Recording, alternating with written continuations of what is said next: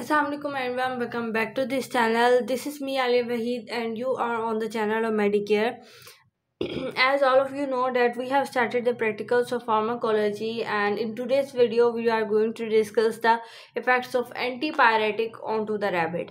Antipyretic mean the pyrogens against the pyrogens. What kind of materials you required? Antipyretic drug, which is the Panadol, and all the antipyretic drugs, they are non-steroidal anti-inflammatory drug like ibuprofen and paracetamol. So you need a cotton swab, thermometer, pyrogen, and a syringe. What is the theoretical background? It's just similar. You need a pyrogens. They are the substance that induce the fever in any organism, like the bacteria, like the fungi, and all the things. But antipyretic are the drugs that are used to reduce the fever. One thing you have to remember that these drugs are not killing the pyrogens. Just they are reducing your fever, just they are reducing your temperature. Okay, they are not killing the pyrogens. If you have to kill a pyrogen, like if a bacteria enters into your body, and you have to take the antibiotic so that you will kill that bacteria. Okay, if you take the Panadol or any kind of antipyretic drug, it is just decreasing the symptoms of fever. Okay, so let's see. Before discussing the procedure, move to that page. You have to see the observation before the drug. The normal body temperature of the rabbit is 96 degree Fahrenheit. But after the injection of pyrogen, now first we have injected the pyrogen. Temperature increases to 99.5 Fahrenheit. Why this temperature increase? Actually, it has two reasons. Because pyrogens, first of all, it activates your hypothalamus, and you know hypothalamus is one of the most important body part that is regulating our body temperature through the process of homeostasis.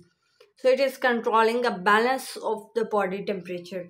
And second, it is affecting your different kind of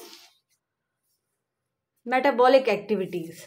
Like a lot of it will increase the metabolic activities, and whenever there is increase in the metabolic activity, the heat production inside your body increases, therefore your temperature is increased after the entering of pyrogen. Same thing occurs in the rabbit. After the drug application, what will happen? Now we have inject any kind of antipyretic, and it has to decrease the temperature. So temperature again decreased to 96 degree Fahrenheit. What is the conclusion? Effect of antipyretic was observed on the rabbit, and it reduced the temperature when the rabbit's body was increased after the injecting the pyrogens. Okay. So what is the procedure? So first of all, you have not the normal body temperature of the rabbit by the thermometer through the rectum.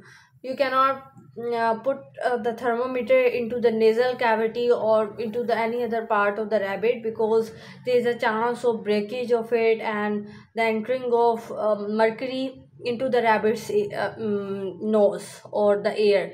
So you cannot measure through it properly, but through the rectum the measurement of temperature is easy, so you can measure the temperature easily through it.